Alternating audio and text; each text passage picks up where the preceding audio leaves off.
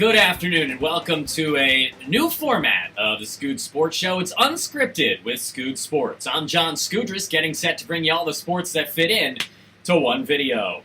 It's a beautiful Wednesday afternoon as we wrap up July shortly. The MLB trade deadline, of course, in full effect. The Boston Red Sox trading for a starting pitcher today. Last night, the New York Yankees trading for a relief pitcher.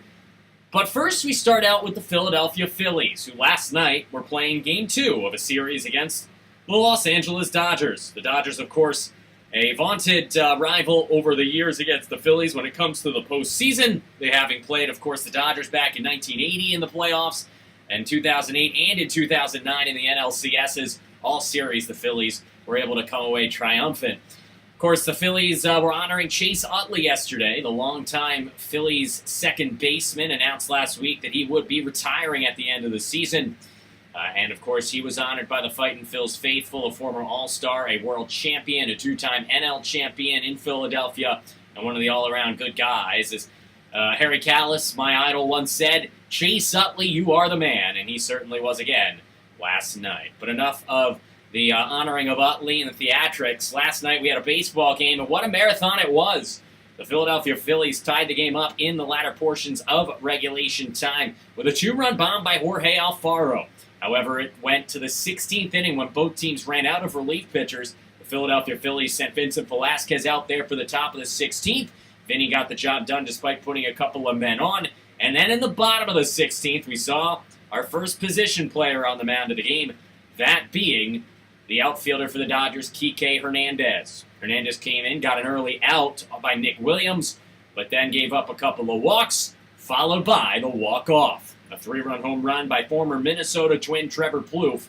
And how good did that have to feel for Trevor, who came into the game having not really done much, just being called up from Lehigh Valley. He was outstanding with that home run, granted against a pitcher throwing in about the high 60s. But at the same time, the Phillies got a much-needed extra inning win, and now, less than 12 hours later, they're starting up in just a few minutes against the Dodgers for Game 3 of that series from Citizens Bank Park. Of course, elsewhere across baseball, the arms race continued, especially in the American League East.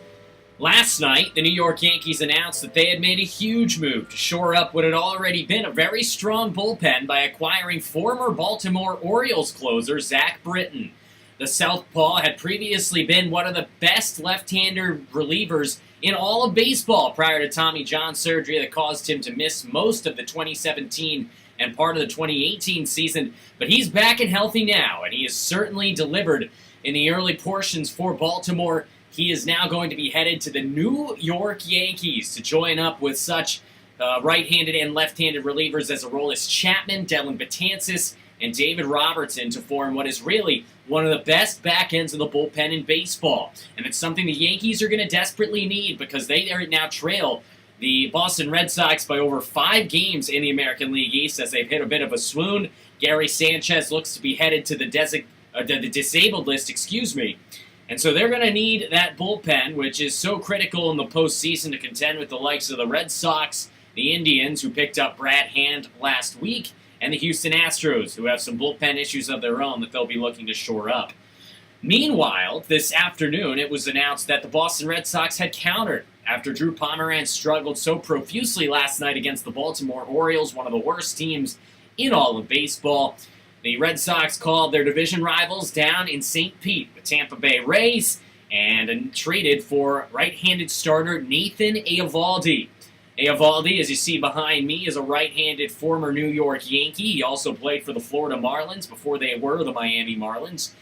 He's a guy who's been up and down in his career. He's had a couple of Tommy John surgeries, so he's missed a lot of time due to injury. He's only made about 10 starts here in 2018, so he's not a guy who is going to come in and go right to the top of your rotation. He's not going to be a 1B with Chris Sale, but he's the type of pitcher who you can rely on to go in, get 6 innings, and turn it over to the bullpen. It reminds me a lot of Eduardo Rodriguez, almost a right-handed Eduardo Rodriguez.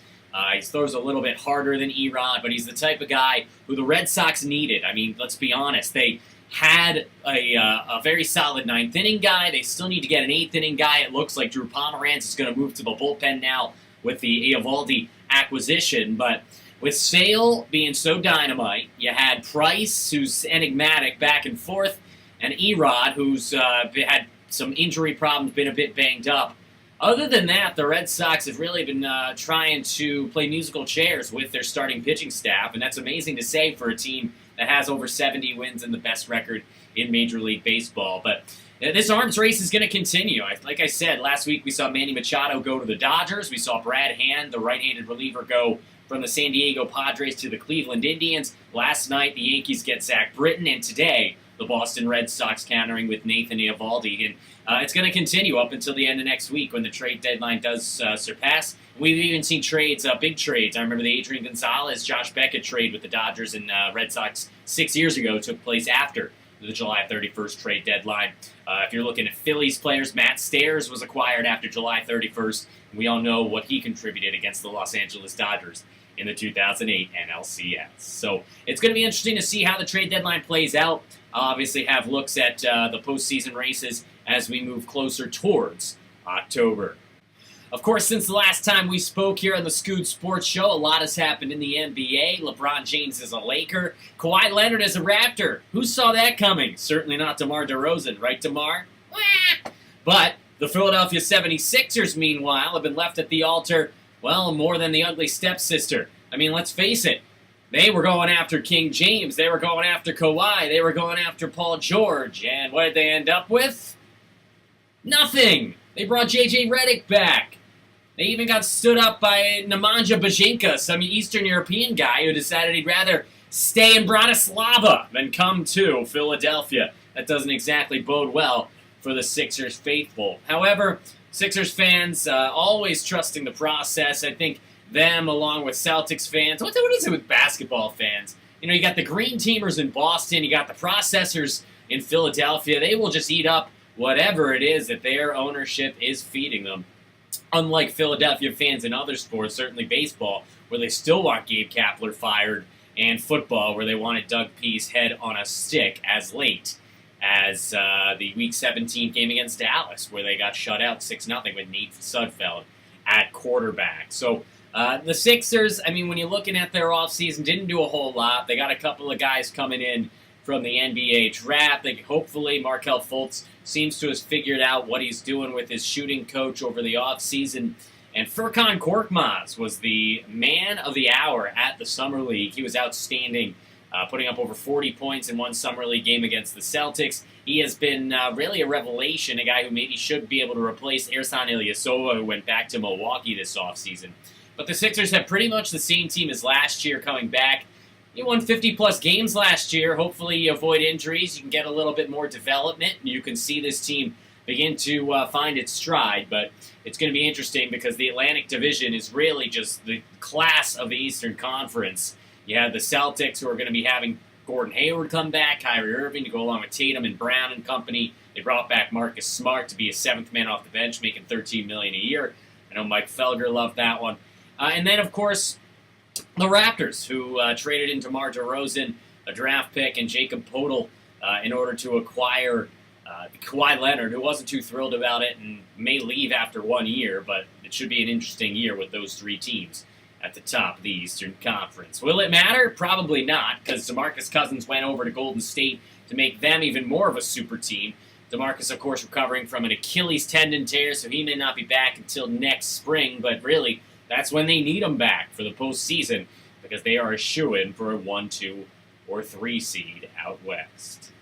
That's going to wrap things up from here on Unscripted with SkoodSports. Next time out, we're going to be bringing you our NFL preview. Of course, training camp got underway for the Philadelphia Eagles today, the defending Super Bowl champion Eagles. Feels good to say that. We'll have preview of the Eagles' 2018 campaign, a game-by-game picks, as well as a look at the entirety of the NFL in 2018. Until then, good night, good luck, and good sports. I'm John Skudris. This has been Unscripted with SkoodSports.